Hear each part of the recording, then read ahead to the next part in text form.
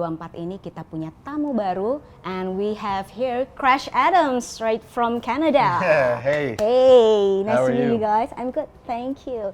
So this is your first time to Jakarta, right? Yes. It's our first time in Asia in general. Okay. Yeah. How's the experience so far?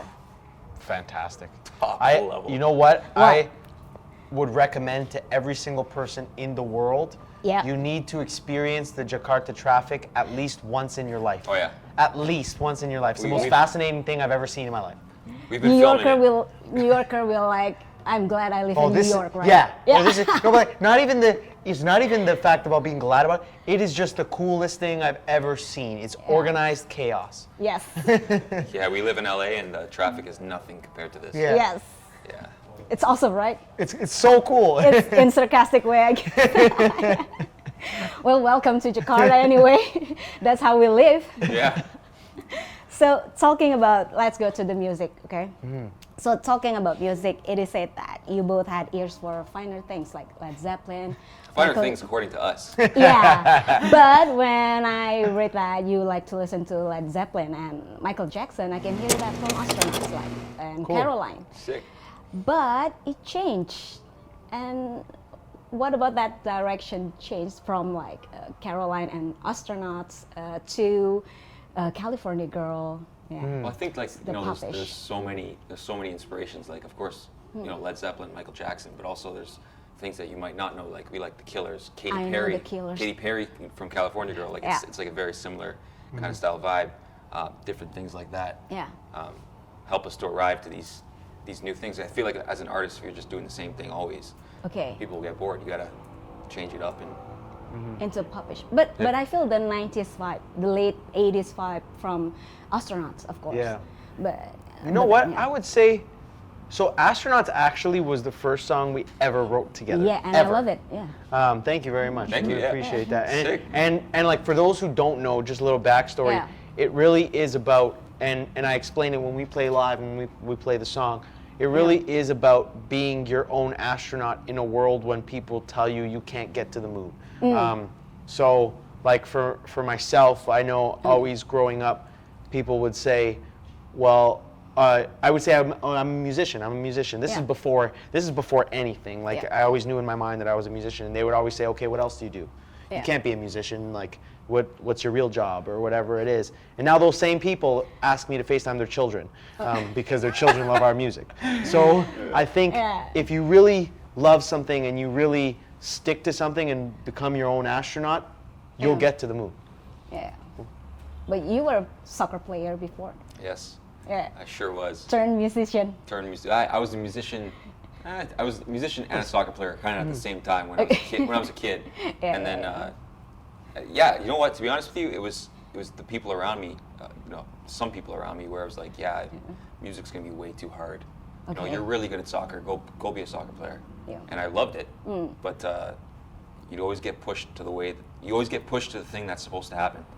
So Yeah. now we're here. Yeah, exactly. That's how the universe works. Yeah. Yeah, and I think we'll always keep our roots in our music. Like Caroline is a perfect example. Like we describe our music as pop rock. Okay, yeah. So there might be times where we're a little more pop. There might be times where we're a little more rock.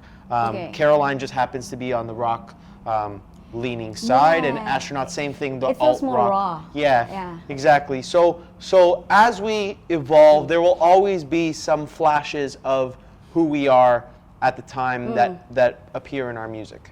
Okay. So, talking about your music again. So back in the day, musicians produce and distributes like in conventional way. They sell cassettes, vinyl, CDs, and everything. But in young millennials like us, not me, and Gen Zs, of course, are blessed with various platforms to promote their art. So you both are also known for your creative content on TikTok and YouTube. But do you think, as a musicians, being viral is matters and important? It only matters if you have great music, and not saying that our music is the greatest thing ever, but we believe it's great. And yeah.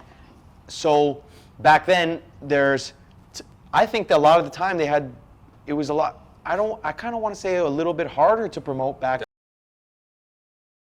then because you had to print everything, you had to get on the road and hit every single city and you had to be on radio everywhere. Yes. Which means you had to go into that station, and it was a lot of time. Where now we're blessed with somebody can record a video and post it on social media, and if somebody resonates with that video, it blows up and the song blows up, and next thing you know, it's like a viral sensation. Yeah. But at the same time, there's also a lot of noise because of that. There's a lot of saturation in the market and everybody copying everyone, and then a lot of music that may not be good. And go ahead. I think the one thing to understand is the music has to be good. Okay. That's the number one thing that you have to worry about, because you can come up with the most creative concepts in the world that can go viral, but if the music isn't good, people won't connect. Okay. If the music is good and you have the creative concepts, that's when it's like you're putting a potion together. It's like a science experiment and it explodes, right? So, but the music needs to come first. If the song's not good, go back to the studio and make a better song. And the audience, like, and we're not the judges of good music. The audience is the judge of whether or not the music is good. Yeah. And like time frame too. Like sometimes it takes 2 years for a song to pop off. Sometimes it takes a month. Yeah. Right. Or even 15 minutes. There you go.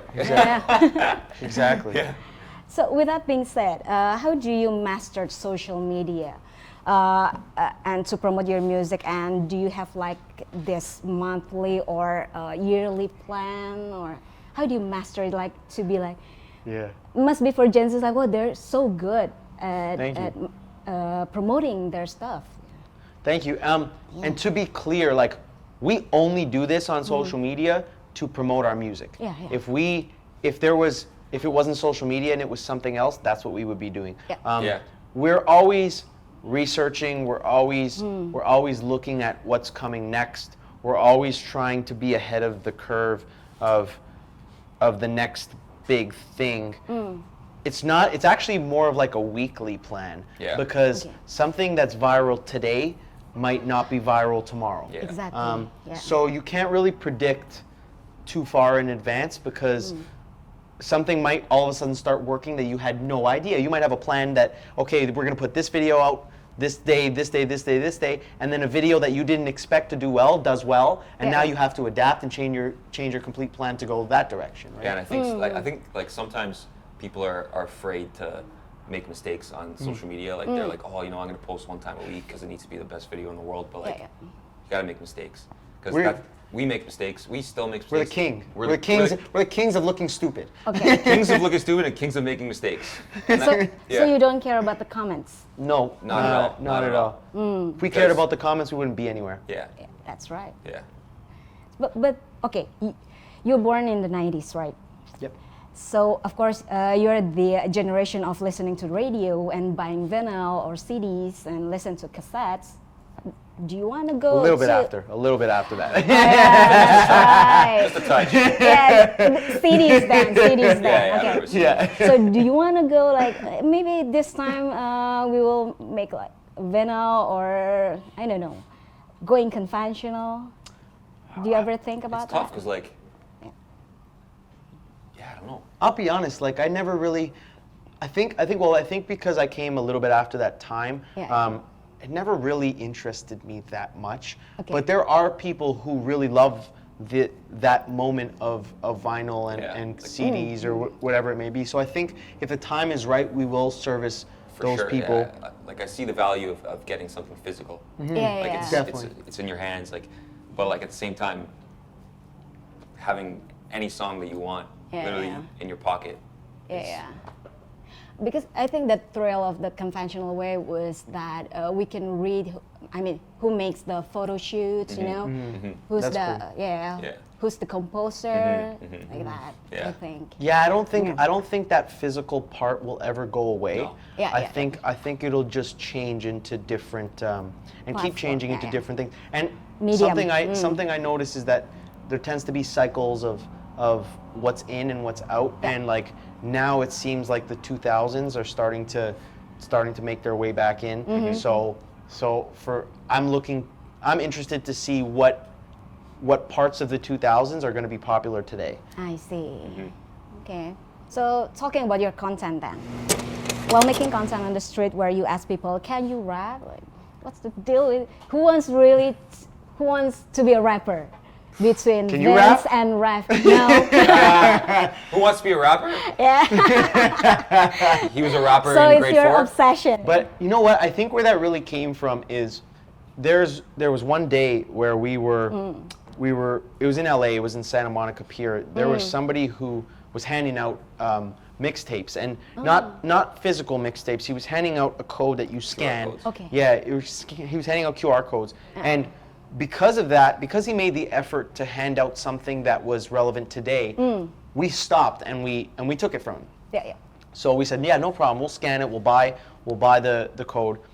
Didn't think anything of it. A month later, we were at the same spot and we saw him, and he's like, yo guys, thank you so much for stopping, and like we just had a conversation and just about life and kind of what was going on, and we said, you know what, why don't you be in one of our videos? And we didn't know he was going to rap in this video. Okay. So the video was, if you don't like this song, you get to slap me in the face, but if you like the song, you have to follow us on Spotify. That was like our video. Yeah. And so we played the song, and I just thought, okay, we're gonna sing the song to him, and he was either gonna slap me in the face or he was gonna follow us. But when we finished, he goes, no, keep going with the guitar. Keep going with the guitar. Keep going with the guitar. Yeah, he's like, keep going with the guitar, right? And so obviously Adams keeps playing the guitar, and this guy breaks out into freestyle while holding his son in his hand, and like we could not believe it because we did not expect this guy to start freestyling out of nowhere, and the freestyle was amazing. It was amazing. So the video got about 60 million views. Yeah. Then a couple weeks later, there was another freestyler that we saw him freestyling on the street. Yes. For like 20 minutes, went up to him and asked him, hey, do you want to potentially freestyle in our video? Yeah. He freestyled in our video, and the video got 100 million views. So at this point, we're like, you know what? I think people want to see people like freestyling or rapping in our videos. Yeah. And now, so that kind of gave us the idea, why don't we go up to people and ask them, can you rap? Can you rap? Can you rap? Yeah. We did that. One of them worked. Yeah. The next 10 did not work. Yeah. It was like we were spending 6, 7 hours out there, Yeah. and Yeah. nobody was coming up with good freestyles. So we started reaching out to artists who we think are great, and having these artists appear as like the rapper at the end of our videos, right? Because I think that's the way. It's just entertainment. Yeah, and like Yeah. at the You end of the day, also like, help the artist. And it helps the artist. It helps the Yeah. artist, and, Yeah. and like, you know, it's funny because there's people in the comments too. They're like, oh, stage, Yeah, right? yeah, But yeah. then Of course it's but, stage. But like, of course it is. Like, what do you expect? We're on part 14 now. Like, you know what I mean? Like, what do you expect? But those people. The funny thing is though, those people that say it's staged are also the ones that say this is so staged, but I'm here for it. And Yeah. Well, thank you for watching anyway. 'Cause the reason we keep the introduction the same is because it keeps it recognizable for people, so they'll know, Yes. oh, this is I know And this video. consistent. Exactly, Consistent, right? So, So yeah, so It's we're not, important we're being not trying consistent, to, right? We're not Yeah. trying to hide anything. yeah, it's definitely people want to see good artists, and to be honest, we might be here with some local artists from Jakarta, and We will I be. think that would be fantastic. Well, Warner, Yeah. they're going to have a headache right now. That's right. Yeah, maybe we can recommend you 1 or 2 artists. Definitely. After We'd the love best. to see Yeah, it. after If the you have best. talent and you're in Jakarta, we'd love to have you. Yeah. So, correct me if I'm wrong. You were formed in 2019, right? Yes. Yes, 2019 officially. And your name inspired by Patch Adams movie, right? Patch Adams. So, back again, when you were formed and you create Astronaut, your first songs or your first album, how did you feel to have listeners? Like, these people listen to us. It was Like, honestly, and still Yeah. is. Yeah. just like the musician you help, the rapping. It never feels Doesn't real. feel real. It never Yeah. feels real. They like our songs. Like, Yeah, like it's always humbling, and I think we're just blessed to have the opportunity to that people connect with our music and connect with us as people, and we're always thankful. Like we always have the time of day for somebody who feels that they connect with us because this is what we love, and it's unbelievable. Yeah, And like- put your song on repeat. Yeah. Literally, yeah, it's crazy because like I don't know. At least for me, since I was a kid, like I was literally just grinding, trying to do something where, whether it was soccer or it was music, and just working every single day and trying to be so disciplined for something to happen with no results, and then finally this happens, and Yeah. it's so it's unreal. It's unbelievable. It's unreal. Wait, somebody's calling. That's funny. Talking about your look, you guys love suits. And is this look being part of the marketing plan, and since when and why, and what brand that suits you well? So definitely it's part of the marketing plan. However, everything in our marketing plan is not like just marketing, it's who we are. Yeah. Okay. We feel, I don't think you can market without being true. When we put on a suit, I know Adams does too, like we feel like we look sharp, we feel like we look classy, we feel like we're bringing a class to music that we want to continue to bring. Today we're a little casual, because like it's also 30 degrees out, and if we step outside in a suit, we're gonna be sweating. But I think it helps. Number one, it does stand out. Number two, like we said, it does bring the class to music that we want to bring. And number three, when you do crazy things in a suit, you can get away with it. Every single time. Also in black. So Good Side is coming up. So So pumped. congratulations, Thank you by very the way. much. So what's your goal in 2024? Because this is still January. Goal in 2024. Yeah. I feel like there's like a bunch of goals for 2024. One of them for me is I want to actually tour. That's because I feel like when we tour, that's how we're actually able to connect with people in like the strongest way. Because we have a message. We want people to believe that they can do whatever they want to do. Okay. And what better way than to actually see them face to face and say, you can do exactly what you want to do. Right. While having a good time. While having a great time. Yeah. Right. I think the next one also as well is we feel like we owe it to people. Not even to owe it to people, we owe it to ourselves to put out a ton of music. Yeah. Last year we only put out 3 songs, Okay. which to us didn't sit right with us. As musicians, we shouldn't be only putting out 3 songs. So we have a ton of music that's ready. Yeah. We have a ton of music that's being worked on. So while touring, we're going to be putting out a lot of music this year. Okay. And I really think those are our 2. I have to say, kicking it off with Good Side. Okay. It's a treat. It's the perfect song. It's a perfect Okay. song. Yeah. Yeah, it's 2024 is our good side era. Good Side era. Good Side That's era. our joke. That's Good our side joke. era. This is the good side of Crash Adams. So it's going to be on EP or a full album? It'll most likely be EPs. Okay. But we're definitely gonna put out a few. Okay. Just because, like you said, the more music, the better. Starting with Good Side, and if you like Good Side, you're gonna love the music that's coming. Okay. And if you don't, you're still going to love it. Yeah, that's funny. Because it's your good side. Yeah, exactly. It's Good Side era. Good Side era. Okay. Raf, Vince, thank you so much for your time for Popbela. I hope you enjoy your time while in Jakarta. Thank you. And you can promote your single like coming in 2020. We're Crash Adams. We're in our Good Side era for 2024. You can listen to Good Side starting January 12th. We hope you love it.